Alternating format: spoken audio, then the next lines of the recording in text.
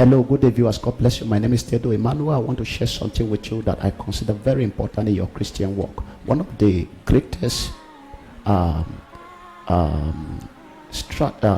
weapon that God has given to the church is the weapon of prayer. If you see the apostolic church, you will discover that the heaviest molecule in their midst was prayer molecule.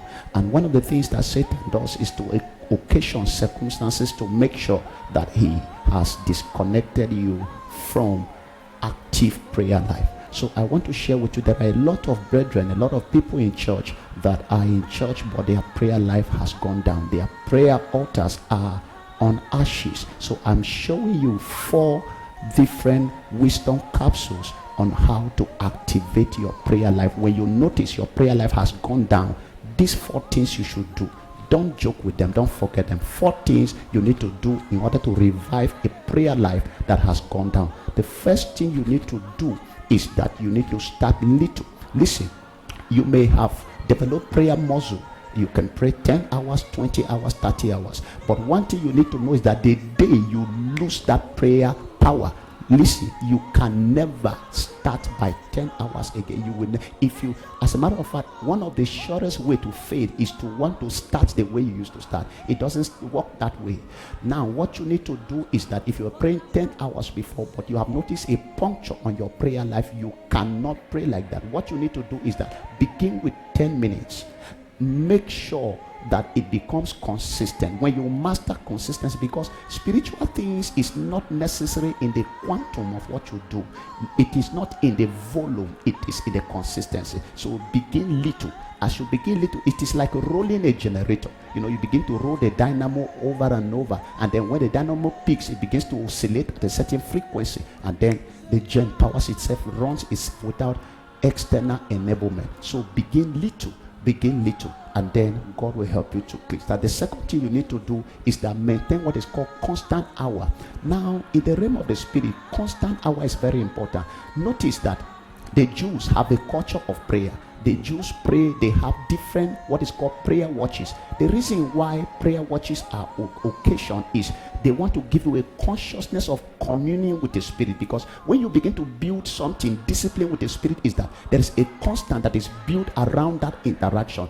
Notice that if you are doing business with God by 3 a.m., every day you have done that maybe for 6 months. After a while, whether you want to pray or not, by 3 a.m. you wake up. It's just like the body clock that is in every human being. So there is that constant hour that is built. What spirit does is that spirit respect constant hour. So when you build your constant hour, whether you are doing the activity or not, once that time comes, you notice spirit presence around. And most of the times, the reason why you wake up involuntarily is because of the spirit activity that crystallizes within your environment that, you know, tap you to wake up. So constant hour is very important. You can give an hour that nothing interferes in it. Now, most people set their constant hour maybe 3 p.m. to pray, and before you know, friends come in and they say, let's hang out, and they follow them to hang out. If you are that kind of person, you will never go far with God.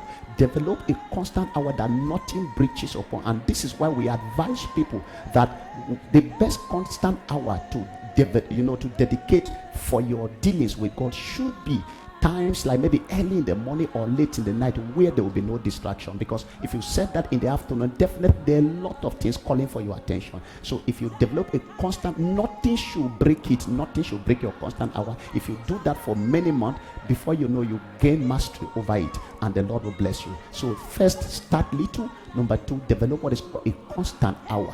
Then number 3, stay around prayer environment. By prayer environment, I'm talking about praying people. The Bible says, iron sharpeneth iron, so a man sharpened the countenance of his friend. Deep calleth unto deep. So learn to stay around prayer people. There is something praying people does. As you stay around their atmosphere, even if you don't want to pray, there is a way that they strike something in you. So make sure you stay around people that have prayer energy. They are going to spur something from your inside.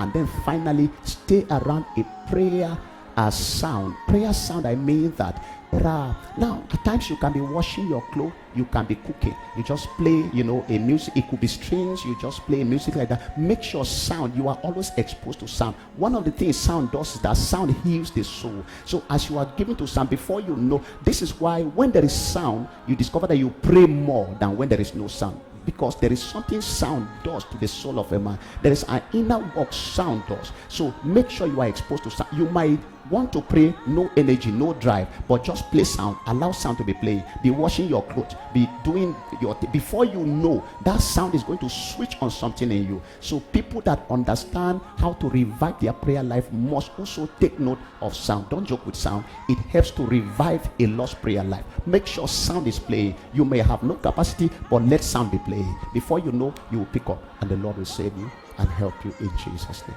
Amen.